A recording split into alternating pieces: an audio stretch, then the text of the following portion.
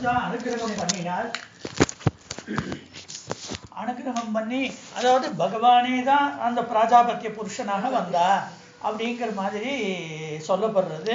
அவர் இந்த அவருடைய ரூபத்தை சொல்ற தங்கமயமான பாத்திரம், வெள்ளிமயமான மூடி, அதுக்குள்ள அந்த பாயசம் தேவ நிர்மாணமான பாயசம் அப்படின்னு சொல்ற.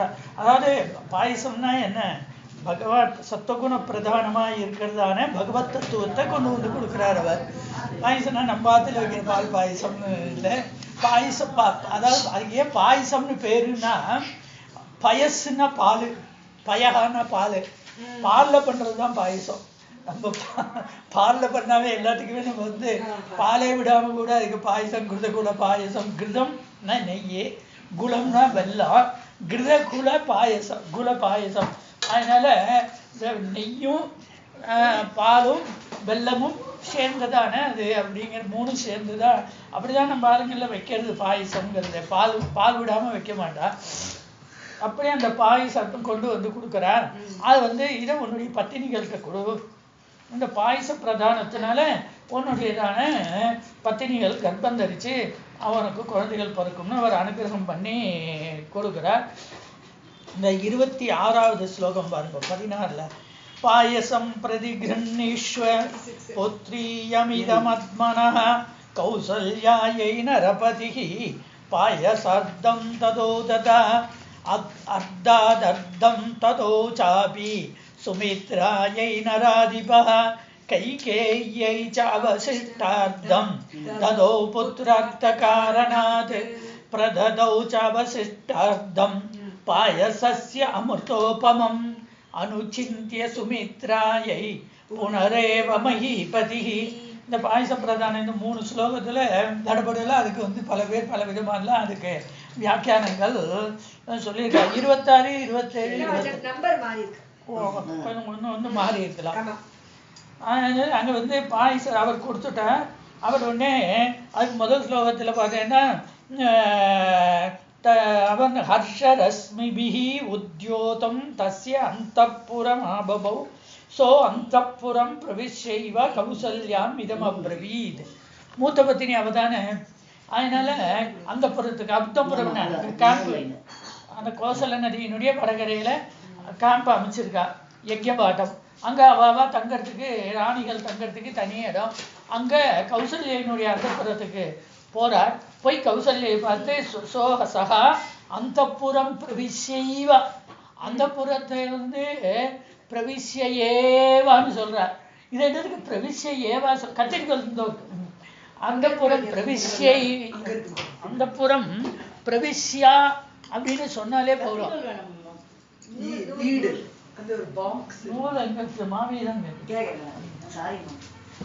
அந்த அந்தப்புறம் பிரவிஷ்ய, அந்தப்புறம் பிரவிஷ்ய, அந்த புறத்தை அடைந்து அப்படின்னா அந்த புறத்துக்குள்ள நுழைஞ்சா, அங்க இருக்கிற கேம்ப்ல அங்க நுழைஞ்சா அப்படின்னா பிரவிஷ்ய ஏவ கௌசல்யம். இதை பிரவிஷ்யைவா, இது எதுக்கு பிரவிஷ்யைவா, நான் அந்த புறத்துக்குள்ள நுழைஞ்சேன்னு சொல்லணுமா என்ன? அது இருக்கு சுவாரஸ்யம் இருக்கு. என்னன்னா, சில பேர் வரும்போதே பேர் சொல்லி கூப்பிட்டுட்டே வருவாங்க. வாசல்ல இருந்து வரட்டே அதே மாதிரி அது வேற ஒண்ணும் இல்லை. அது வாசல்ல இருந்தே கூப்பிட்டுட்டே வருவா. உள்ள கூப்பிட்டுட்டே வருது இல்லையா? குழந்தைகள் அம்மானு ஸ்கூல்ல இருந்து வந்ததுன்னு வச்சுக்கோங்களேன். அந்த குழந்தைகளை என்ன பண்ணும், வாசல் அந்த வண்டியில இருந்து வேன்ல இருந்து இறங்கினதுமே அம்மானு கூப்பிட்டு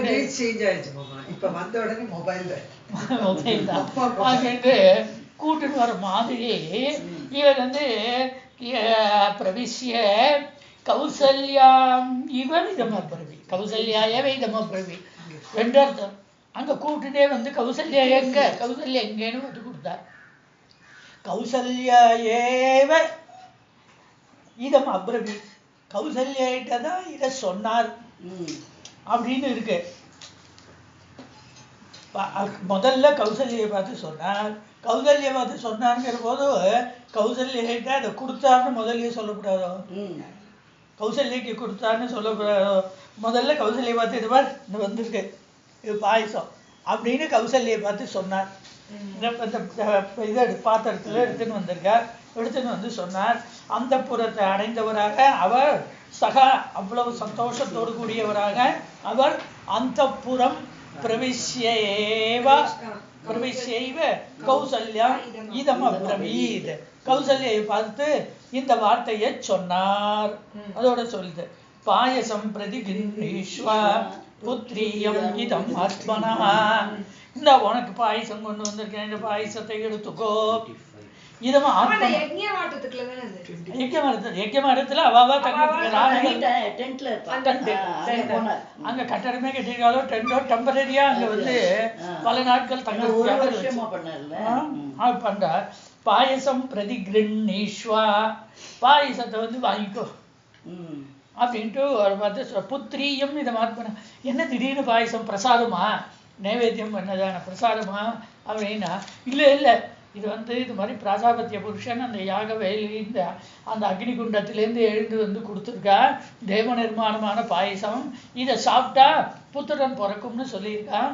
ஆகையினால இதை வாங்கிக்கோ. புத்திரியம் இதுவும் ஆத்மனஹா, இதை சாப்பிட்றவாளுக்கு புத்திரன் பிறக்கும்னு சொல்லியிருக்காரு, வாங்கிக்கோ.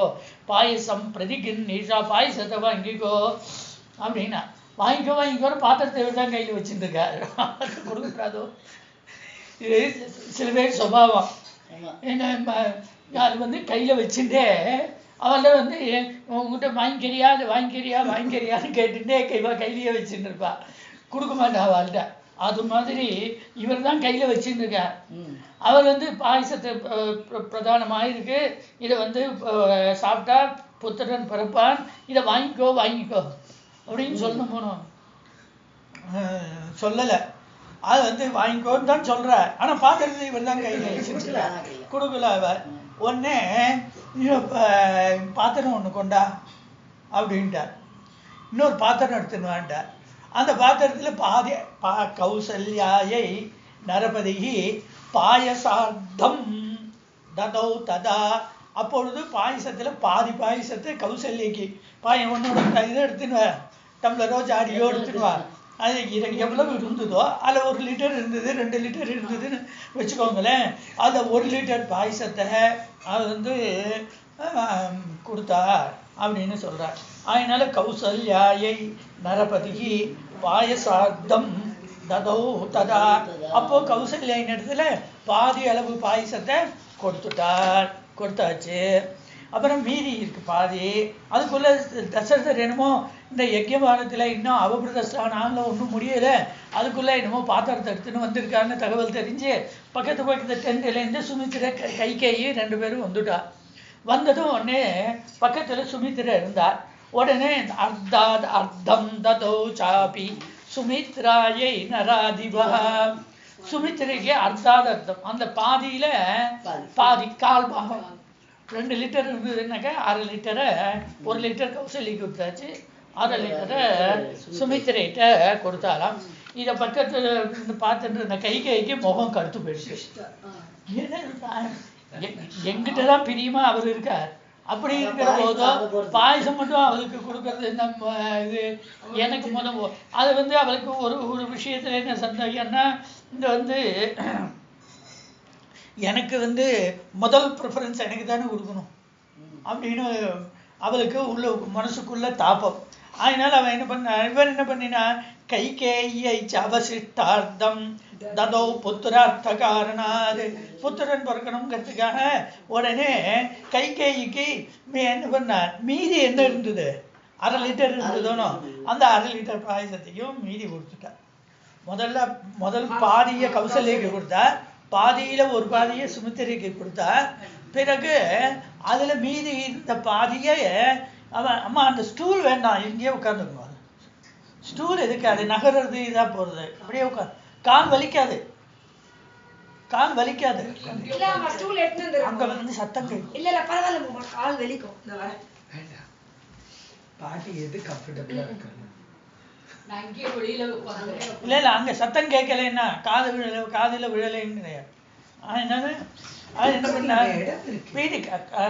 மீதி கால் பாகம் இப்போ என்னாச்சு சுமித்திரைக்கு கொடுத்தா இவருக்கு கொடுத்தா. கைகைக்கு என்ன வருத்தம்னா இப்போ அந்த மீதி இருந்ததுல அவசிஷ்டார்த்தம் மீதி இருந்ததுல 1/4 லிட்டர் தான் கொடுத்தா. இல்ல இல்ல So that means 12.5 தான். 2 லிட்டர்னு வச்சுக்கோங்களேன். 2 லிட்டர்ல 2 லிட்டர்னா நம்ம கணக்குக்கு சௌரியம். 2 லிட்டர்ல 1 லிட்டர் கௌசல்யக்கு கொடுத்தாச்சு. மீதி இருந்த 1 லிட்டர்ல 1/2 லிட்டரை சுமித்திரைக்கு கொடுத்தாச்சு. 1/2 லிட்டர் கொடுத்தாச்சு.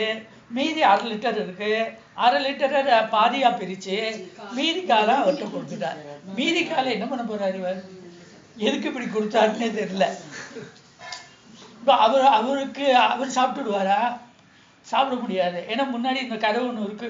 அவன் அந்த புத்திரகாமேட்டி யாகம் பண்ணி குழந்தை பொறுக்கணும்னு யாகம் பண்ணி ராத்திரி ரொம்ப தாகத்தில் இருந்தபோது இவெல்லாம் புத்திரகாமேட்டி யாகம் பண்ணி பிராமணெல்லாம் ஜபம் பண்ணி வச்சிருந்த அந்த தீர்த்தத்தை எடுத்து சாப்பிட்டுட்டு அவன் கர்ப்பவனம் ஆயிட்டான். அந்த இவ வம்சத்திலேயே ஒரு ராஜா.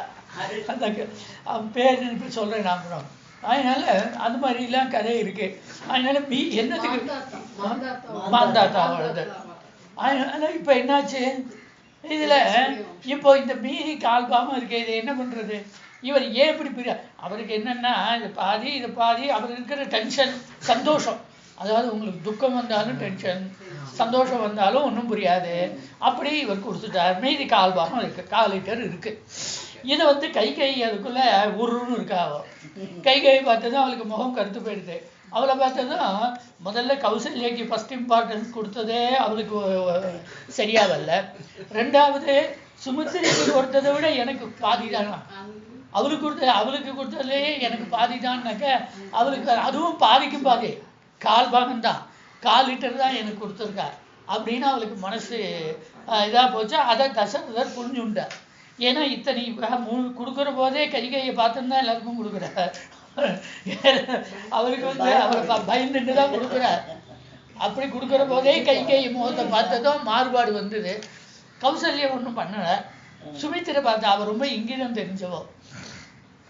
சுமித்திரை பாவம் இவருக்கு இப்படி ஒரு இக்கட்டுல நம்ம கணவரை வைக்கப்படாது. பாவம் இந்த மனுஷன் இவ முறைக்கிறா. இவர் என்ன பண்றதுன்னு தெரியாது. நான் பாயசம் வேண்டாம் எனக்குன்னு சொல்லிட்டு அதெல்லாம் இல்லை, பாயசத்தை அவர்கிட்டே திருப்பி கொடுத்தாலும் போச்சு, இல்லை தூக்கி கொட்டினாலும் போச்சு. கைகை எதுவும் பண்ணக்கூடியவள்.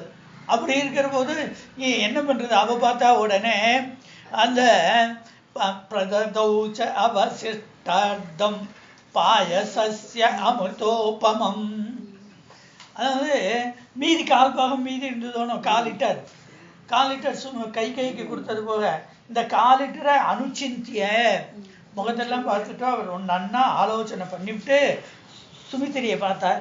சுமித்திரை அதுக்குள்ள என்ன பண்ணிட்டா? கைகையிட்ட கொடுத்த இங்க கொடு, என்னது கொடுக்குறேன் உனக்கு. அவர் ஏதோ கொடுத்துட்டார். இந்த மாதிரி எங்கிட்ட 1/2 லிட்டர் கொடுத்துருக்காளோன்னு அதை உனக்கு கொடுக்குறேன் அப்படின்னு வாங்கிக்கோ அப்படின்னு சொல்லி அந்த 1/2 லிட்டரை அவள்கிட்ட கொடுத்துட்டு அவள்கிட்ட இருந்த 1/4 லிட்டரை வாங்கிட்டுட்டா. அதை பார்த்துட்டு தான் தசரதர் தான் வச்சிருந்த மீதி 1/4 லிட்டரையும் சுமித்திரையிட்ட திரும்ப கொடுத்துட்டார். இப்போ 2 பேருக்கு இந்த 2/4 லிட்டரா போனதுனால தான் 2 பிள்ளைகள் ட்வின்ஸ் பிறந்தா. அவளுக்கு தனித்தனியா 2/4 லிட்டரா கொடுத்ததுனால தான் சுமித்திரைக்கு மட்டும் ட்வின்ஸ் பிறந்திருக்கா. இந்த இவருக்கு ஒரே பாதி கைகைக்கு பிரததௌ. அதனால தான் இந்த 2 விஷயம் இதில் போட்டிருக்கா.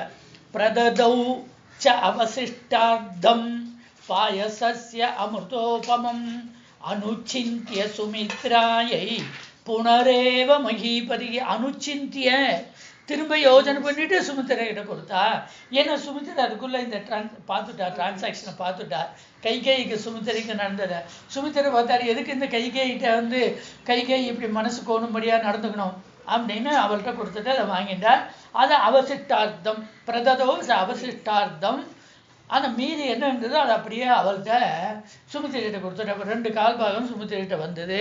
பாயசஸ்ய அமிர்தோபமம், அந்த அமிர்தத்துக்கு ஒப்பானதான அந்த பாயசத்தை அந்த கொடுத்தார் அப்படின்னா.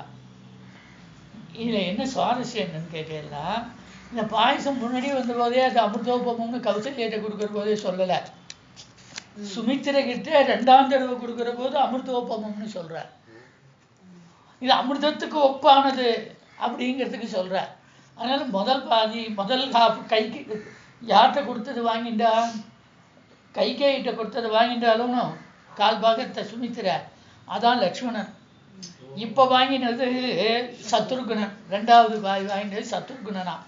இவன் தான் அமிர்தோபமம், அவன் வந்து அடியாருக்கு அடியார் இவன் தானே. அதனால இவன் தானே நமக்கெல்லாம் வழிகாட்டி. இவன் தானே நாம வந்து பகவானை நேரம் பிடிச்சிக்க முடியாது. ஏன்னா பகவானை நேரம் பிடிச்சிக்க முடியாட்டா கூட அந்த பாகவதனுக்கு அடியாருக்கு அடியார், அடியார் பாகவதரை கிடைக்கலைனாலும் அடியாருக்கு அடியாராக நாம் அவரை பிடித்து கொள்ளலாம் என்பதற்காக இங்க எடுத்து சொல்றார். அனுச்சிந்திய சுமித்ராயை புனரேவ மகிபதி, மகிபதியான ராஜா இப்படி கொடுத்தார். அதனாலதான் அந்த பின்னாடி 18வது சர்க்கத்துல அவதாரம் ஒரு கட்டம் சொல்றாரோன்னு அங்க வந்து என்ன சொல்றாருன்னா அந்த அவதாரம் 4 பேரும் அவதாரம் பண்றதை சொல்றார் அவர். அங்கு சொல்லும் போது கைகேயினிடத்திலே பரதன் வந்து பிறந்தான் அப்படின்னு சொல்ற. ஏன்னா அந்த சுமித்திரை கிட்ட போய் சுமித்திரை கிட்ட டிரான்ஸ்பர் ஆகி பரதோ நான் அங்க பாருங்க பார்க்க போறோம் நம்ம 12வது ஸ்லோகம். பரதோ நாம கைகேயம் ஜக்யே சத்ய பராக்கிரமஹ, கைகேயினிடத்திலே பரதன் வந்து பிறந்தான். 12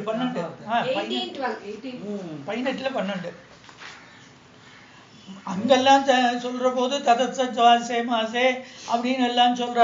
இங்க வந்து கௌசல்யா சுசுபே தேனன்னு கௌசல்யா ராமன் வந்து பிறந்தான்னா இங்க என்ன சொல்றார், பரதோ நாம கைகேயாம் ஜக்யே. நாம நம் பரதனுக்கு தான் நாம போட்டிருக்கார், ராமனுக்கு கூட நாமம் போடல. என்னன்னா அந்த பிரசித்தி பரதனுக்கு தான். அவன் தான் பரம பாகவதோத்தவன். அவனை காட்டிலும் பிரசித்தி அந்த பாகவதோத்தவனான அவனுக்கு அடியவனா இருந்து. இதான் நம்ம முதல் சர்க்கத்துல பார்த்தோம், அயோத்தியா காண்டத்துடைய முதல் சர்க்கத்துல அந்த பெருமையை பார்த்தோம். அதனால்தான் இங்க அமிர்தோபமஹா. நம்ம ஆங்கல்லையே கடைசியில குழந்தைகளுக்கு கொடுக்குற போது அதை வழிச்சு கடைசியில கொடுக்குற போது அப்படின்னு சொல்லுவாங்க. அதுதான்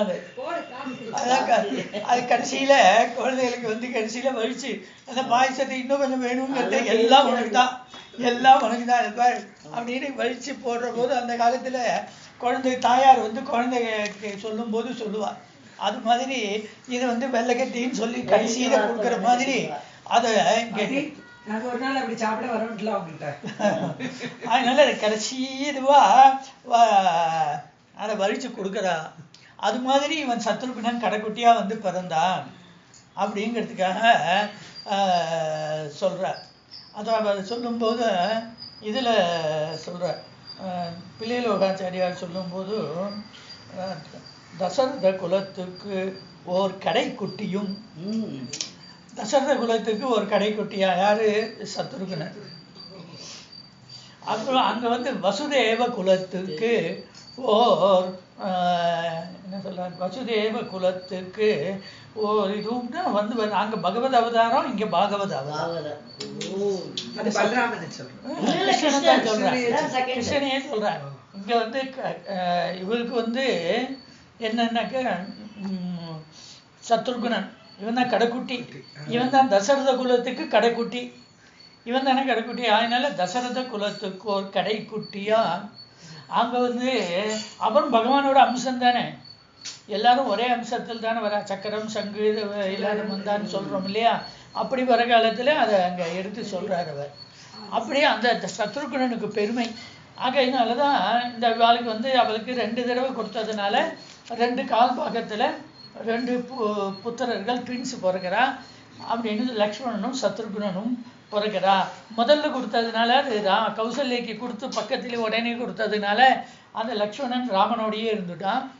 இவன் கையில போயிட்டு இங்க வந்து திரும்ப இவர் கொடுத்ததுனால கடைசியா கொடுத்ததுனால சத்ருகுணன் பரதனுக்கு கூடவே இருந்தான் என்பதாக இங்க வந்து சரி சொல்றேன். 2 லிட்டர்னா கொஞ்சம் அது கிளியரா இருக்குங்கிறதுக்காக சொன்னேன், வேற ஒண்ணும் இல்லை. 2 லிட்டர் பாயசம் கொடுத்தார். அந்த 2 லிட்டர் பாயசத்துல முதல்ல பாதியை கௌசல்யாட்டு பிரிச்சு கொடுத்துட்டார். அதாவது 1 லிட்டர் கொடுத்துட்டார். மீதி இருக்கிறது 1 லிட்டர். 1 லிட்டர்ல வந்து அதை பாதியா பண்ணினாக்கு 6 லிட்டர். இந்த 6 லிட்டர் பாயசத்தை சுமித்திரையிட்ட கொடுத்துட்டார். மீதி இருந்தது 1/2 லிட்டர். 1/2 லிட்டர் அப்போ இதையும் அர்த்தம் பாதி பண்ணினா, இப்போ இது பண்ணினா 2 கால். ஒரு காலை கைகிட்ட கொடுத்தார். ஒரு காலை எதுக்கு பிரிச்சாருன்னு தெரியல. அவன் பிரித்து பழக்கத்தில் 2 தடவை பிரிச்சாச்சு, இதையும் பிரிச்சுடணும்னு கொடுத்தாரா என்னன்னு அவருக்கு தெரியல, கொடுத்துட்டார். மீதி 1/4 பாகம் இருக்கு. இது அதனால தான் இதுக்குள்ள அந்த சுமித்திரைக்கும் கைகேயிக்கும் நடந்த டிரான்சாக்ஷனை பார்த்துட்டார். கைகேயிக்கு முகம் கருத்து போயிடுது, நமக்கு இம்பார்ட்டன்ஸ் கொடுக்கல, முக்கியத்துவம் கொடுக்கலன்னு. அதனால அவள் முகம் கருத்து போனதை அவள் கொஞ்சம் முறைச்சு பார்க்குறத பார்த்துட்டு சுமித்திரை என்ன பண்ணா, தன் கையில் கொடுத்தாரோனும் 1/2 லிட்டர் அதை கைகிட்ட கொடுத்துட்டு இதை எங்கிட்ட கொடு அப்படின்னு வாங்கிட்டுட்டான். கைகிட்ட கொடுத்த 1/2 லிட்டரை இவ வாங்கிட்டுட்டா. இதை பார்த்தார் தசரதர். பார்த்ததும் என்ன பண்ணினார், உடனே தன் கையில் மீதி இருந்தது கால் பாகம் 1/4 லிட்டர், அதை சுமித்திரை கிட்டே திரும்ப கொடுத்துட்டார். அது மாமாடு கணக்குல 3/4 லிட்டர் சுமித்ரைக்கு போயிருக்கு. இல்லப்பா 1/2 லிட்டர் தான். 2 கால் சுமித்திரைக்கு போயிருக்கு. ஒரு ஹாஃப் மொத்த ஹாஃப் ஒரு லிட்டர் அவருக்கு போயிடுது. அதில் ஹாஃப் இருக்கு. அதாவது மொத்தம் இருக்கிறது எவ்வளவு இருக்கோ அதில் 1/2 பாகம் கௌசல்யக்கு, மீதி இந்த அரைனா 1/4 பாகம், 1/4 பாகம் கைகிட்ட கொடுத்து அது கைகைக்கு போயிருக்கு. 2 1/4 பாகமாக பிரிஞ்சதுனால கைகிட்ட கொடுத்து திரும்ப சுமித்திரைகிட்ட வந்ததுனால 2 1/4 பாகம் சுமித்திரைகிட்ட வந்தது. ஓகே, ஃபர்ஸ்ட் டைம் கைகிட்ட கொடுத்து அவர் திருப்பி எடுத்துட்டார். அவர் கொடுக்கவே இல்லை, கையில வச்சிருந்தார். அவர் கையில வச்சிருந்ததை இவ கௌசல்யிட்ட பாதி கொடுத்தார். அதுக்கப்புறம் பாதியில பாதி சுமித்திரையிட்ட கொடுத்தார். அதையில திரும்ப பாதியை கைகிட்ட கொடுக்கிற போது கைகை கொடுத்தா அவ மனசை பார்த்துட்டு சுமித்திரை என்ன பண்ணா, தனக்கு வந்த பாதி அவள்கிட்ட கொடுத்துட்டு அவள்கிட்ட கொடுத்ததான 1/4 கால் வாங்கிட்டு இருப்பாங்க தான் பிரிச்சுண்டா. அதை பார்த்துட்டு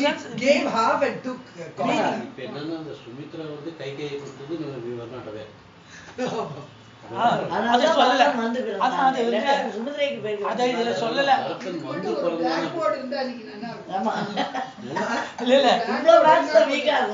இல்ல reading in between the lines இல்ல, அதே அரேஞ்ச் பண்ணிடலாம் நீங்க வரதுக்குள்ள. Reading in between the lines அப்படின்னு சொல்றாங்க. அது மாதிரி இது அனுச்சிந்தியங்கிற பதத்துக்குள்ள அது அடங்கி கிடக்கு. என்ன சிந்தனை பண்ணுவானே, முன்னாடி எல்லாம் சிந்தனை பண்ணாம கொடுத்துட்டாரா? அப்போ முன்னாடி இல்லை, யோஜனை இல்லாம கொடுத்துட்டாரா? அவருக்கு என்னன்னாக்கா முதல்ல கௌசல்யக்கு கொடுத்தா கைகிட்ட கொடுக்கப்படாதா அப்படின்னா, இங்க சங்கல்பம் பண்றாரோ புத்திரகாமேசி யாகத்துக்கு யாரு பட்ட மகிழ்ச்சி, யாரு கௌசல்யா தானே. அதனால கௌசல்யை வச்சுதான் சங்கல்பம் பண்ணியிருக்கார். ஆகையினால கௌசல்யிட்ட முதல்ல கொடுத்துட்டார்.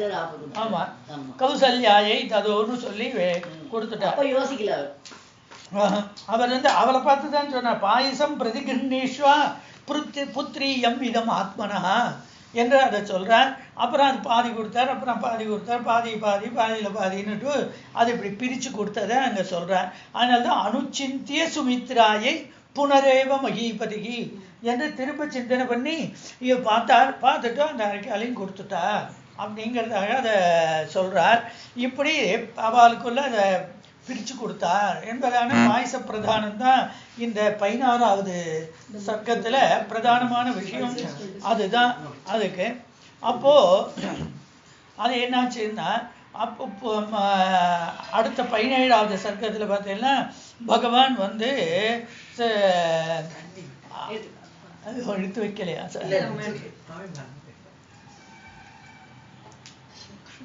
உடனே பகவான் அந்த தசரதரிடத்துல அந்த பாயச பிரதானத்தின் மூலமாக இவ 3 பேர்ட்டையும் அவதாரம் பண்றா அப்படின்னுட்டு சொல்ற.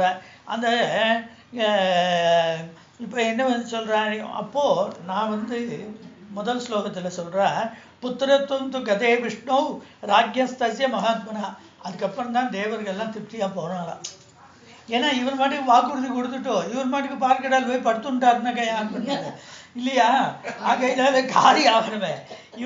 இவாளுக்கு அவசரம், பெரிய இடத்துல போய் ரெக்கமெண்டேஷன் நீங்கள் தான் பார்த்து பையனுக்கு சீட்டு வாங்கி கொடுக்கணும். ஆக அவர் காரில் ஏறின்னு இருக்கிறதே அவர்கிட்ட சொல்லியாச்சு.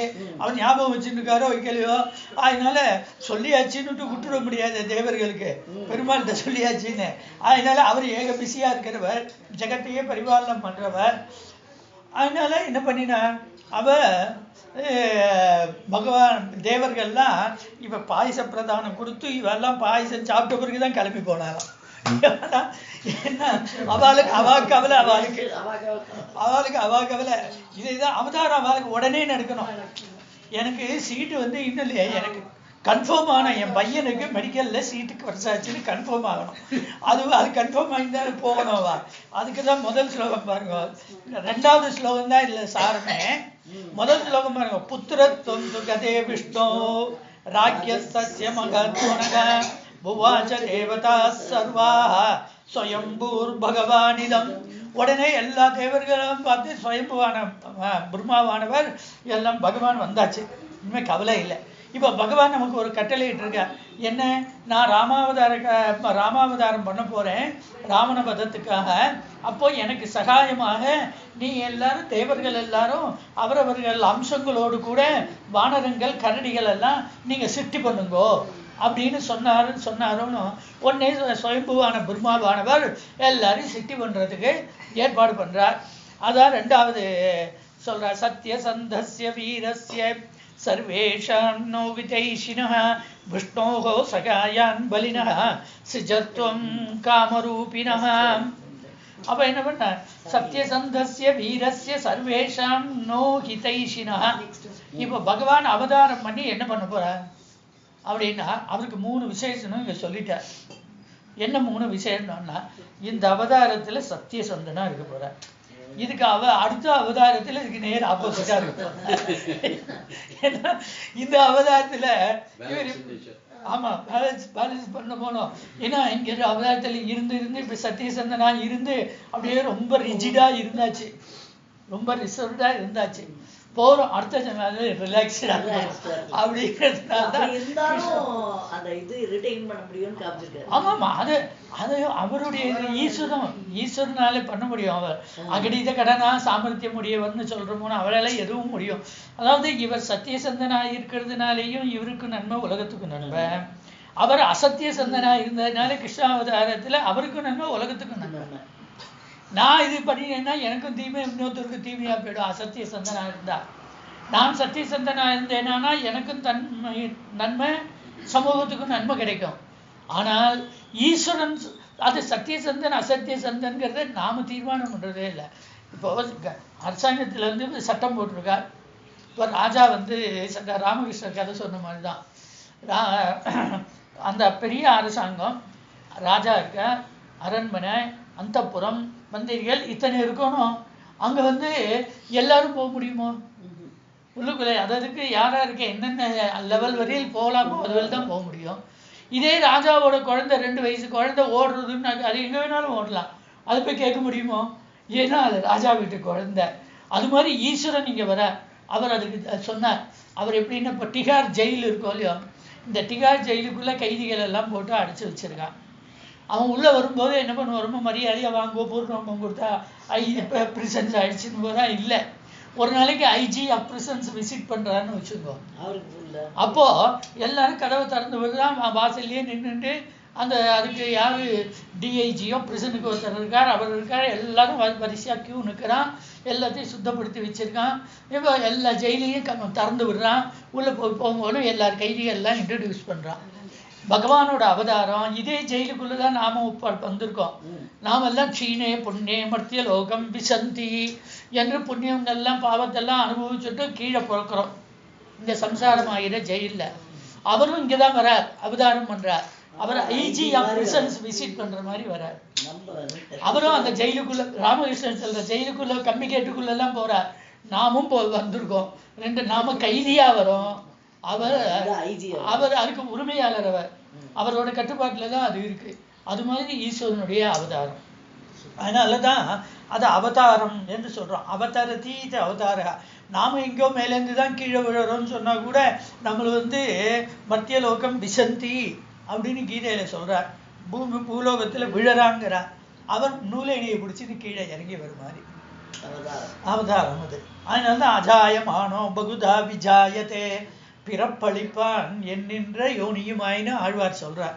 அதனால்தான் அந்த அவதாரத்துக்கு அவ்வளவு விசேஷம். அதனால இங்க எப்படின்னா சத்தியசந்தனா வாழறது எப்படி, வைகுண்டத்துல ஒன்றுக்குமே வேலை கிடையாது அவருக்கு. அது வைகுண்டமா இருக்கட்டும், 107வது கஷேத்திரம் வைகுண்டம், 108 பார்க்கடல் ஏதோ வைகுண்டம் வச்சுக்கோங்களேன். இங்க அவருக்கு ஏதானும் வேலை இருக்கும்? ஒரு வேலையும் கிடையாது. அவர் இச்சா மாத்திரத்தினால பரிபாலனம் தானே நடந்துட்டு இருக்கு. அவர் தான் பாலனகர்த்தானாலும் கூட அது பரிபாலனம் தானே நடந்துட்டு இருக்கு. இப்போ இங்க என்ன, இங்கதானே அவரோட குணங்கள் எல்லாம் வெளிப்படுத்துறதுக்கு வாய்ப்பே கிடைக்க போறது அவதார காலங்களை. அதனால்தான் மணவாள மாமணிகள் கூட சொன்னார், அவதார காலங்களில் அவனுடைய குணங்கள் ஏற்றம் பெறும் அப்படிங்கிறார். அவர்கிட்ட பெரிய கோடீஸ்வரம் பணம் இருந்து என்ன பிரயோஜனம்? எனக்கு போய் கேட்டா எனக்கு தானம் கொடுக்கணும் இல்லையா, மற்றவர்களுக்கு பயன்படணும் இல்லையா? அது மாதிரி பகவான் இடத்துல அனந்தமான கல்யாண குணகணங்கள் இருக்கு, நான் இருந்துட்டு போட்டுமே, எனக்கு என்ன லாபம்ங்கிறார். அப்ப எப்ப லாபம்? அவர் கீழே இறங்கி இருந்தாதான் லாபம். அப்பதானே நாம மனம் வாக்கு காயம் 3 நாளையும் அவரை அனுபவிக்க முடியறது. அதுக்காக சொல்றார் அவர் அவதார பரத்வ தசையிற் காட்டில் அவதார காலங்களில் அவனுடைய குணங்கள் ஏற்றம் பெறும் என்று சொல்றார். அதனால இந்த குணங்கள்ல முதல்ல எல்லாத்துக்கும் ஆதாரமா இருக்கிறது எது? சத்ஸ்வரூபந்தான், சத்தியம்தான். சத்யச்சாபவத்துன்னு உபனிஷத் சொல்றது. ஆகையினால சத்தியம்னு ஏன் அதுக்கு பேருன்னா, சத்து தியானான்னு 2 இருக்கு. அதுக்கு ஆச்சாரியால் பிரிச்சுலாம் அர்த்தம் சொல்றாரு. சத்தியம்ங்கிறதுக்கு என்ன அர்த்தம்னு சத்தியஸ்ய விஷ்ணு புராண ஸ்லோகமே அது ஆரம்பத்திலேயே சொல்றது. சத்தியஸ்ய சத்தியம் திசத்திய சத்தியம். அதனால சத்தியஸ்ய சத்தியம், எதெல்லாம் உலகத்துல சத்துன்னு இருக்கோ அதெல்லாம் இருப்புக்கு காரணமா இருக்கிறதான ஒரு வஸ்து, அதுதான் சத்தியம். அதுதான் பரம்பா ஈஸ்வரன், அதான் விஸ்வம் விஷ்ணு வஷட்காரகம் வரிசை எல்லா சாஸ்திரங்களும் அதைத்தானே சொல்றது. அதான் சொல்ற சத்தியசந்தஸ்யா, சத்தியசந்தனா வாழறதுன்னு தீர்மானம் பண்ணிட்டு வர்றார். அவர் வரும்போதே ஒரு காப்பு கட்டின்னு வந்துட்டாருங்கிறார். இந்த சத்தியத்தை மீறது இல்லை, உயிரே போனார். ஏன்னா அவப்பா அப்படி, அவர் சத்தியத்துக்காக உயிரே விட்டார், பையன் சத்தியத்துக்காக எல்லாத்தையுமே விட்டார். உயிரை தவிர அவதாரம் முடிஞ்சுதான் போகணுங்கிறதுனால அவர் அவதாரத்தை முடிக்காம பண்ணல. இங்க சத்தியத்துக்காகன்னு அவ அப்பா உயிரை விட்டார். ஒரு பக்கம் கைகேயிட்ட கொடுத்த சத்தியம், ஒரு பக்கம் கைகேயோட அப்பா கிட்ட கொடுத்த சத்தியம். முதல் நாளைக்கு இங்க சபையில கொடுத்தாச்சு. முதல் நாளைக்கு என்ன, அன்னைக்கே தான் சபையில கொடுத்துட்டு தானே ராத்திரி கைகேயினோட அந்தப்புறத்துக்கு போறா. சபையில கொடுத்த சத்தியம். இந்த எந்த சத்தியத்தை விட்டா ஒன்னை விட்டா இன்னொன்னு இடிக்கிறது. சத்தியத்தை விடுறதுக்கு அவருக்கு இஷ்டமே இல்லை, 3ஐயும் விடுறதுக்கு இஷ்டம் இல்லை. 3 பக்கம் பிடிச்சி இழுத்தா கடைசியில உயிரைத்தான் விட முடிஞ்சது அவரால், வேற எதையும் விட முடியல, விடுறதுக்கு அவரால் இல்லை. அப்படி சத்தியத்துக்காகவே உயிரை விட்டவர் அவர், அந்த குடும்பம். அதனாலதான் நான் தசரதம் பிதரம் ரோச்சையாமாசான்னு சொன்னார்னா, அப்போ அவர் சத்தியசந்தனா இருக்கா. அந்த சத்தியசந்தனா இருக்கிறதுனால தானே இங்க இவருக்கு தாசரதின்னு சொல்றோம். சுமித்திர கூட அங்க சொல்லும் போது என்ன சொல்றா, ராமம் தசரதம் வித்தி அப்படின்னு தான் இப்ப சொல்ல போற அயோத்தியா காண்டத்துல. அதனால தசரதன் மாதிரி அப்பா மாதிரி பையன்னு சொல்றது இல்லையா. நீங்க அழகுல வேணா கொண்டு இருக்கலாம் அம்மாவை, ஆனா குணத்துல அப்பாவை கொண்டு இருக்கான்னு சொன்னாதானே பெருமை அது. அதுக்காக சொல்ற சத்தியசந்தஸ்யா. சரி, சத்தியசந்தனா இருக்கான், ரொம்ப பலகீனனாக சாமர்த்தியம் இல்லாத அசடா இருந்தா பிரயோஜனம் இல்லையே. அதனால வீரஸ்யா, சரி பெரிய சூரனா இருக்கான், வீரனா இருக்கான், பராக்கிரமசாலியா இருக்கான், சத்தியசந்தனா இருக்கான். நமக்கு என்னாச்சு, நமக்கெல்லாம் நன்மை பண்றவனா இருக்கணும். அவனோட சத்தியமும் அவனோட சூரத்தனமும் எனக்கு நன்மை பண்றதா இருக்கணும். அது இல்லைன்னா அதனால சொல்றாரு அவர் சர்வேஷாம் நோ ஹிதைஷினா, சர்வேஷாம் நகா. இங்க நகாங்கிறது தேவர்கள் சொல்ற வார்த்தை, நமக்கும் அப்படிதான். இப்ப அவா காரியம் ஆகணும், அதனால அவா சொல்றா. அதனால நகா நக, காயத்ரியில கூட தியோயோ நகா அப்படின்னு தான் சொல்றோம். எங்க எல்லாருடைய சித்தமும் பிரகாசமாகட்டும் அப்படின்னு தான் சொல்றோம். அது மாதிரி இங்க சொல்ற நகா ஹிதைஷினா, நம்மோட ஹிதம்னா நன்மையை மட்டும் விரும்புறாரு. இவரோட சூரத்தனமும் சத்தியசந்தத்துவமும் எதுக்காக, நம்மோட நன்மைக்காகவே கீழே இறங்கி அவதாரம் பண்ணி கையில ஒரு காப்பு கட்டிண்டு அவர் கீழே இறங்கி வந்தாச்சு அப்படின்னு சொல்றார் அவர். சத்தியசந்தஸ்ய வீரஸ்ய சர்வேஷாம் நோஹிதைஷினா. அதனால இப்படி அந்த பிரபுவானவர் இந்த 3 குணங்களோட கீழே அவதாரம் பண்ணி வரார். இந்த மூணு குணங்களுக்கு நிரூபணம் தான் மீதி வரக்கூடியதான ராமாயணம் முழுக்க. எப்படி சத்தியசந்தனா இருக்கா, எப்படி வீரனா இருக்கா, எப்படி எல்லாருக்கும் நன்மையை பண்றவரா இருக்கா. ராமாயணம் முழுக்க இந்த 3 தானே. இந்த 3 விஷயம் தானே ராமாயணம் முழுக்க. நீங்க சுத்தி வந்த எல்லாம் இந்த 3 விஷயத்திலாம் சுத்தி வரும் எல்லாமே. சத்தியசந்தனா இருக்கா. அதற்கு பிறகு நான் சீதை சொன்ன போது கூட கேட்கலையே. இது பாருங்க, நம்ம நல்லபடியா வனவாசத்தை முடிச்சுட்டு என்னைக்கு ஊருக்கு திரும்பி போவோம்னு நினைச்சுட்டு இருக்கேன். எதுக்கு நீங்க இந்த வலிய வாக்குறுதி எல்லாம் கொடுக்குறேன் இந்த பிராமணாளுக்கு, ராட்சசல வதம் பண்றேன்னு அப்படின்னு சொன்னார். நான் வாக்கு கொடுத்தாச்சு, மீற மாட்டேன் அப்படின்னு எல்லாம் சொல்றாரு இல்லையா. அந்த சத்தியசந்தத்தை எல்லா இடத்துலையும் நிரூபிக்கிறார். தான் எப்படி சத்தியசந்தன் என்பதை நிரூபிக்கிறார் அவர். சத்தியசந்தஸ்ய பாலிவதத்துல நிரூபிக்கிறார். சுக்ரீவன் அடி வாங்கிட்டு அழற போதும் அதை நிரூபிக்கிறார். இது மாதிரி கவலைப்படாதே, நான் வேணும்னு நான் பண்ணலை, அவர் வாக்கு கொடுத்துட்டார். இப்போ அவர் பண்ணது சரி தப்பான்னு பாலி அதான் கேட்டான். என்கிட்ட ஒரு வார்த்தை நீ என்கிட்ட கேட்டுக்கப்படாதா ராமா, சுக்ரீவனை போய் கேட்டியா? அவனே கையாளாது என்கிட்ட அடி வாங்கிட்டு ஒளிஞ்சுன்னு உட்காந்துருக்கான். அந்த சுக்ரீவனை போய் நீ ஹெல்ப் வேணும்னு கேட்டியே, என்கிட்ட நேரம் வந்தேன்னு வச்சுக்கோ, நான் இங்கேருந்தே ஒரு மெசேஜ் கொடுத்தேன்னு அடுத்த செகண்ட் ராவணன் நிற்பான். கொடுறான்னா திருப்பி கொடுத்துடுவான். எங்கிட்ட நீ வர வேண்டியதுதானே, எதுக்காக அவனை சத்தியம் பண்ணிட்டு அவன் பேச்சை கேட்டுட்டு என்ன எதுக்கு வதம் பண்ண? சுக்ரீவன் வாலியை வதம் பண்ணினாதான் நான் நிம்மதியா தூங்குவேன்னு சொன்னான். அவனுக்கு சந்தேகமும் இருந்தது. அது இந்த சால விருட்சங்களை பண்ணார். அப்புறம் அந்த துந்துபியோட சரீரம் இருந்தது, எல்லாம் பண்ணார். ஆனாலும் இப்போ அவரே பிரதிக்குவேன், கவலைப்படாத, உனக்கு நான் வாலியை வதம் பண்ணி உனக்கு ராஜ்யத்தை மீட்டு கொடுக்குறேன் அப்படின்னு வலிய பிரதிக்க பண்ணிட்டார். அந்த பிரதிக்கையை காப்பாற்ற வேண்டிய கடமை அவருக்கு இருக்கு. வாலியை இப்ப ராவணனை வதம் பண்ணணும்னு தான் கேட்டாலே தவிர வாலியை வதம் பண்ணணும்னு வாலியே தேவர்களோட அம்சமா இவனுக்கு சகாயமா தானே வந்தான். ஆனாலும் அவர் எதுக்காக வாலியை வதம் பண்ணும்படியா ஆயிடுச்சுன்னா கம்பன் தான் சொல்றாங்க. வாலி வதத்துல ஒரு இடத்துல சொல்லும் போது ரொம்ப அழகா சொல்றான். நாடகத்துல பாத்திரங்கள் நடிக்கிறான். இந்த டைரக்டர் பின்னாடி அந்த ஸ்கிரிப்ட் எழுதினான் பாருங்க, அவன் சைட்ல நின்று அங்கேருந்து கரெக்டா பேசுறான்னு, இவன் மாட்டுக்கு இன்னொருத்தர் பேச தவறி போய் பேப்பர் ஏதோ மாறி போயிடுச்சு. அவன் பேசுறத மனப்பாடம் பண்ணிவிட்டான். அவன் பேசுறத மனப்பாடம் பண்ணிட்டு அவன் மாட்டுக்கு பேசிட்டு இருக்கான். என்னடா அது, இவன் பேச வேண்டியது யாரோ வில்லன் பேச வேண்டியதை கதாநாயகன் பேசினான்னு வச்சுக்கோங்க, ஆபத்தா போயிடும் இல்லையா. உடனே என்ன பண்றான், பின்னாடி எல்லாம் என்ன பண்ணுவான், டபாந்தி ஸ்கிரீனை போட சொல்லிட்டு இவனை பிடிச்சி முதுகுல சண்டையை பிடிச்சி உள்ள இழுத்துன்னு வந்துடுவானா. அது மாதிரியாக ராமன் வாலியை பிடிச்சி இழுத்தான். ஏன்னா வாலி எந்த ராவணனுக்கு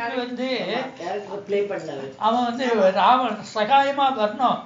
இவன் என்ன பண்ணிட்டான், ராவணனுக்கு சகாயமா போகல.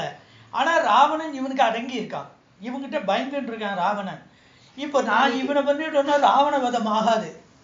வாலிய சகாயம் பண்ணிட்டா ராவண வதம் ஆகாது. ஆகையினால நாடகத்துல டைரக்டர் எப்படி இழுப்பாரோ அது மாதிரி அந்த பாத்திரத்தை உள்ள விழுந்துட்டார். எல்லாமே பாத்திரம் நாடகம் தானேங்கிறான் கம்மன். அதனாலதான் இந்த அவனோட பேருக்கே ராம நாடகம் தான். அவர் அருணாச்சல கவிராயர் ராமநாடக கீர்த்தனைகள் தானே எழுதியிருக்காரு. அவர் ராமாவதாரம்னு தானே கம்பனே பேர் வச்சான். அதுக்கு ராமாயணம்னு அவன் பேர் வைக்கல கம்பன். எப்படி வால்மீகி ராமாயணம்னு பேர் வைக்கலையோ அது மாதிரி அவரும் பேர் வைக்கல. ஆனா இந்த 2 பேரும் வைக்காத பேரு அதுக்கு வந்திருக்கு. இப்ப மகாபாரதத்துக்கு மகாபாரதம்னு பேர் வைக்கவே இல்லை. தத்தோ ஜெயம் உதீர ஏதுன்னு ஜெயசாஸ்திரம்னு தான் அதுக்கு பேரு. ஆனா அது பரணாத்தை அது ரொம்ப கனம் மிகுதியா இருக்கிறதுனால, தர்மத்தை பத்தி பேசுறதுனாலையும் 1,00,000 ஸ்லோகம் கொண்டது பெருசா இருக்குங்கிறதுனாலையும் அதை பெருமையாக சொல்றோம், அவ்வளவுதான். அதுக்காக இங்க சொல்றார். அப்படி அந்த பகவான் அவதாரம் பண்ணியிருக்கா. ஆகையினாலே நாம் எல்லாம் என்ன பண்ணணும் தெரியுமா, இப்படி 3 விதமான ஒரு குணத்தையே பிரதானமா, மீதி எல்லாம் இதுக்கு சபார்டினேட் தான். இந்த 3 தான் பிரதான குணமா வச்சுட்டு வராராம். மீதி எல்லாம் சபார்டினேட் தான். இப்போ ஒரு கல்யாணத்துல விருந்து போடுறோம்னு வச்சுக்கோங்க, விருந்துல பிரதானம்னு ஒண்ணு இருக்கும் இல்லையா. அந்த பிரதானமா இருக்கிறது பார்த்தீங்கன்னாக்க பால் பாயசம், ஏதோ பதர்பேணி, இல்லை சேமியா பேணி, ஏதோ ஒரு பிரதானம், அதுக்கப்புறம் ஏதோ ஒரு போலி, அது பிரதானம்னு இருக்கும். மீதி எல்லாம் அதுக்கு அடங்கினது தான். அந்த பிரதானத்துக்கு தான் வெயிட் பண்ணிட்டு இருப்பா. அந்த ஏன்னா இவாத்து ஸ்பெஷல் அதுதான் அப்படின்னு சொல்லி பண்ணுவான். அந்த காலத்துல அவன் அவளுக்கு எங்க பக்கங்கள்ல எல்லாம் உண்டு. அவன் வந்து இந்த ரசம் பண்ற போது அந்த சமைக்காரன் தான் போடுவான். அதெல்லாம் கையில வாங்கி கொடுப்பான். அந்த எங்கத்துல கூட அந்த பாத்திரம் இருந்தது, அந்த போட்டாச்சுன்னு நினைக்கிறேன். கோகர்ணம்னு பேர் அதுக்கு. இந்த அருக்கன் சட்டி ஈயம் பூசினது தான் இருக்கும் பித்தளையில. அது பாலாடை இருக்கு இல்லையா, பாலாடையிலேயே பெரிய பாலாடை, அது ஒரு 4 லிட்டர். அது கோகர்ணம்னு பேரு. மூக்கு மாதிரி இருக்கும், பாலாடை மாதிரி தான் இருக்கும். அப்படியே விடுவான். அது கையினால அப்படியே வாங்கி குடிக்கிற வரல இருக்கா. பன்னீர் மாதிரி இருக்கு ரசம். ஆமா பன்னீர் மாதிரி இருக்குப்பா. ரசம் இல்ல பன்னீர் ரசமே உண்டு. இல்ல பன்னீர் ரசமே உண்டு. பன்னீர் ரசம் உண்டு. என் தங்க கல்யாணத்துல 2 ரசம் வச்சோம். ஒரு சாம்பார் உண்டு. டின்னர் ராத்திரி அன்னைக்கு சாம்பார் உண்டு, வெட்டை குழம்பு உண்டு. அதுக்கப்புறம் ரசத்துலயும் மைசூர் ரசம் உண்டு, பன்னீர் ரசம் உண்டு. அது வந்து அந்த சமயக்காரன் எக்ஸ்பெரிமெண்ட் பைனாப்பிள் ரசம் எல்லாத்தையும் நம்ம பண்றோம். அதனால அப்ப அந்த இருக்குன்னா அந்த சீஃப் குக் இருக்காங்க பாருங்க, அவன் ஒண்ணு கிட்டக்க இருந்து கைட் பண்றதோட சரி, அந்த முக்கியமான ஐட்டம் வரும்போது போடுவாங்க. அது நல்லா சாப்பிட்டு பெரிய மனுஷாலாம் இருக்காது. அவனும் அது வந்து பிராமணா எல்லாம் இருக்க மிராசுதார் அவெல்லாம் உட்காந்து சாப்பிட்றா பாருங்க. நல்லா இருந்துன்னு வச்சுக்கோங்க, அப்படியே இடது கையினால கழுத்துல கொடுத்த மெயின செயினை கைக்கு அப்படியெல்லாம் நடந்திருக்கு. அதுக்குதான் சீஃப் குக் வருவான். அதாவது இந்த ஐட்டம், இந்த சமையல் இத்தனை விருந்திலேயே ராஜா மாதிரி எல்லாரையும் கவரக்கூடியதா ஒண்ணு இருக்கணும். அது வந்து அவன் தான் பண்ணுவான். அந்த காலத்துல ரசம்னாக்க அங்க ரசம் சமயக்கட்டுல வைக்கிற போதே அந்த பாலாஜி கல்யாணத்துல அங்க வந்து அந்த கல்யாண மண்டபத்தோட வாசவரியில் மணக்கும்னு சொல்றான். அந்த வாசவரியில் மணக்கும்னு சொல்றான் இல்லையா. அப்படி அந்த சமையல் அது ஒரு அப்படிப்பட்ட எக்ஸ்பர்டைஸ் எல்லாம் இருந்திருக்காளே எனக்கு. இந்த நாகநல்லூர் சமயக்கார சொன்ன நாகைநல்லூர் அவ ரசம் ரொம்ப ஃபேமஸ். அவ ரசம் வச்ச நாகைநல்லூர்னு திருச்சி பக்கத்துல இருக்கு. அவளுக்கு செட்டு குரூப் இருக்கா. அந்த குரூப் வந்து சமையலுக்கு வருவா. அவ ரசம்னா ஃபேமஸ். அது என்ன இன்கிரீடியன்ஸ் போடுறா, எல்லாரும் ஒரே இன்கிரீடியன்ஸ் தான் போட போறோம். ஆனாலும் கூட அதுல வந்து என்னமோ ஒரு கைமணம்னு சொல்றோம், கைராசின்னு சொல்றோம், அது ஏதோ ஒன்று இருக்கு இல்லையா. அதுதான் அதுல விசேஷம். அது மாதிரி ஒவ்வொருத்தர் சாம்பார் தான் ஐயர் வீட்டு சாம்பார் கதை சொல்லுவேன், அதே மாதிரி தான் அது. அதனால இதெல்லாம் நம்ம வந்து அதுதான். ஏன்னா அது மாதிரி இந்த அவதாரத்தினுடைய முக்கிய நோக்கம், அவர் தான் அவதாரம் பண்ணி அவர் தன்னை வெளிப்படுத்தி கொள்ளுகின்றதான குணங்கள் 3 தான். இந்த 3 சொல்லிட்டார். சத்யசந்தஸ்ய வீரஸ்ய சர்வேஷானோ விதைஷினா. இந்த 3 ஒண்ணுக்கு ஒண்ணு சப்ளிமெண்டரி காம்ப்ளிமெண்டரியா இருக்கணும். உலகத்துல ஒருத்தர் இப்படி சத்தியசந்தனா இருப்பான், அவனா எல்லாருக்கும் ஹிதைஷீனா இருக்க முடியாது. அதுக்காக சொல்றாரு, விஷ்ணோஹோ சகாயானு பலினா சிஜத்வம் காமரூபின. நீங்க எல்லாரும் பிரம்மா சொல்றார், அவரவர்கள் இஷ்டத்துக்கு வடிவத்தை எடுத்துக்கொண்டு விஷ்ணோகோ சகாயான இப்படி அவதாரம் பண்ண போகின்றதான அந்த பகவானுக்கு நாம சகாயமா போகணும் கூட. அதனால எல்லாம் பகவானுக்கு சகாயத்துக்கு தான் இத்தனை பேரும் அவதாரம் பண்ணியிருக்காங்க. அந்த சகாயத்திலேருந்து கொஞ்சம் திசை மாறி போயிடுவானோ வாலி, போயிட்டானேங்கிறதுனால அவனை பிடிச்சி இழுத்துட்டான்ங்கிறதுனால தான் சொல்றார் விஷ்ணோஹோ சகாயானே. அவன் தான் அதுக்கப்புறமா வாலிக்கு பதில் சொல்ற போது 18 கேள்வி கேட்கிறான். 18 கேள்விக்கும் பதில் சொல்ற போது அந்த வாலி வந்து இந்த அவதார காரியத்துக்கு சகாயம் பண்ணணுங்கிறதுக்காக விஷ்ணோஹோ சகாயானு, விஷ்ணுவோட சகாயத்துக்கு தானே வந்திருக்கோம்.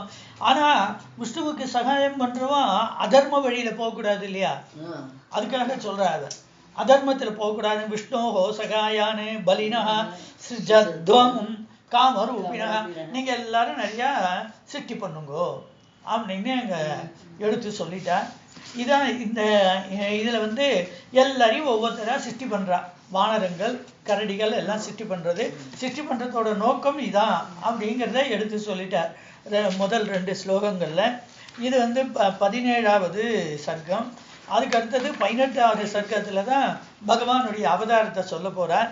அதுல பாருங்க, அது 7வது சர்க்கம் ரெண்டாவது வரியிலிருந்து ததச்சத்வாதசே மாசே चैत्रे नाममिके तिथौ नक्षत्रे अदितिदैवत्ये सोच्च संस्थेषु पंचसु ग्रहेषु कर्कटे लग्ने भाद्पदा इन्दुनासगा प्रोद्यमाने जगन्नाथं सर्वलोकनमस्कृतं कौसल्या जनयद्रामं सर्वलक्षणसंयुतं विष्णोरर्धं महाभागं पुत्रमैक्ष्वाकवर्धनं कौसल्या सुबेतेन पुत्रेण अमिततेजसा यथा वरेण देवानाम् अदितिर्वज्रपाणिना भरतो नाम कैकेय्या यज्ञे सत्यपराक्रमः साक्षात् विष्णो चतुर्भागः सर्वे समुदितो गुणैः अथ लक्ष्मण शत्रुघ्नौ सुमित्राजनयसुतौ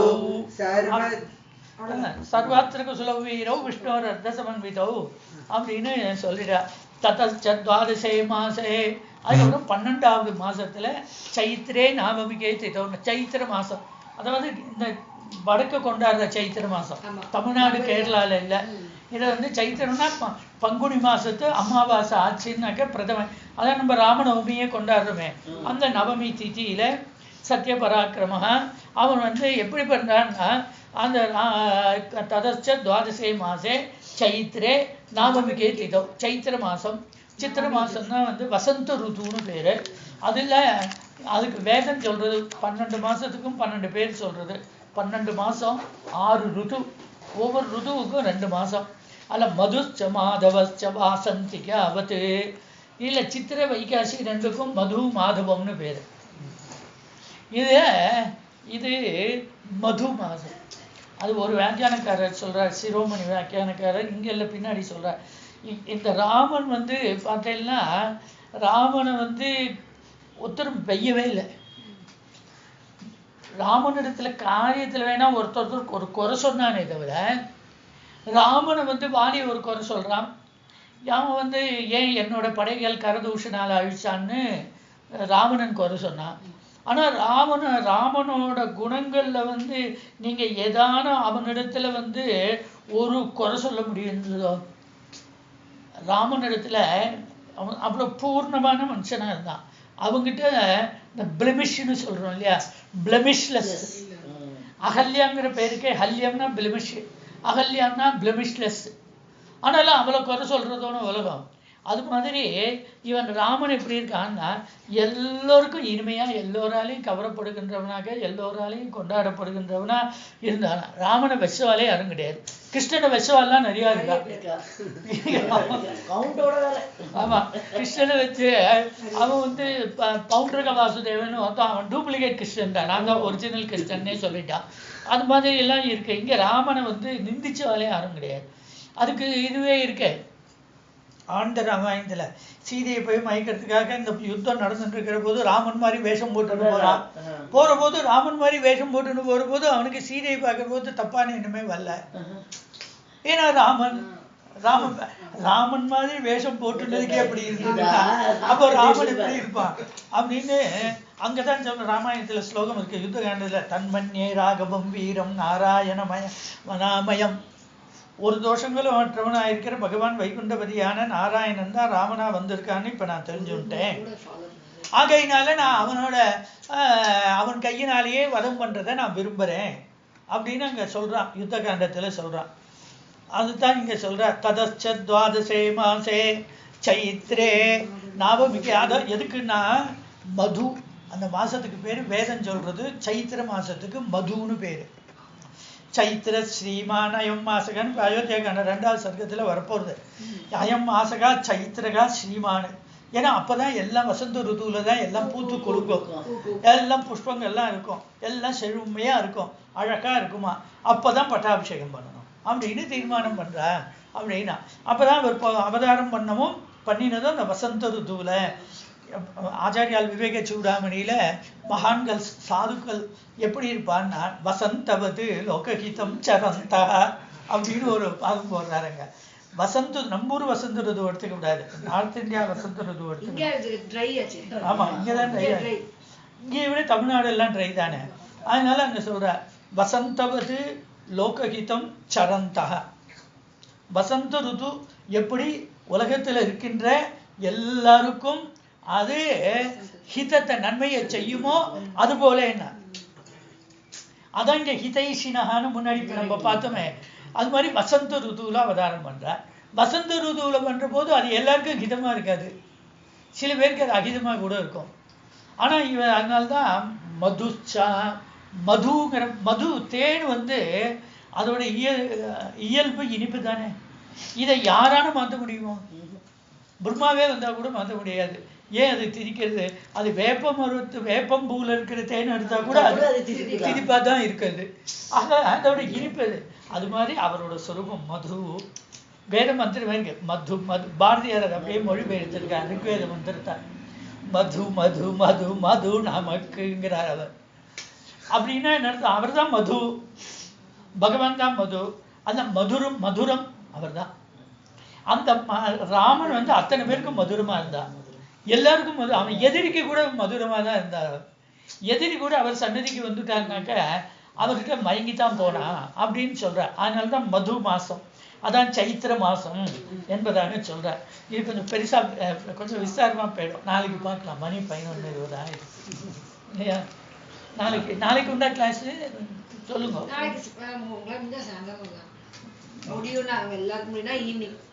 ஈவினிங்னா ஓகே. எப்போ வேணாலும் உங்களுக்கு எல்லாம் எங்க எப்போ சௌகரியமா ஈவினிங் தான் முடிஞ்சா வாங்க. இல்லை புதன்கிழமை வேணாலும் வச்சுக்கலாம், எப்படி வேணாம். கோபிகா ஜீவனஸ்மரணம் கோவிந்தா கோவிந்தா நம பார்வதி.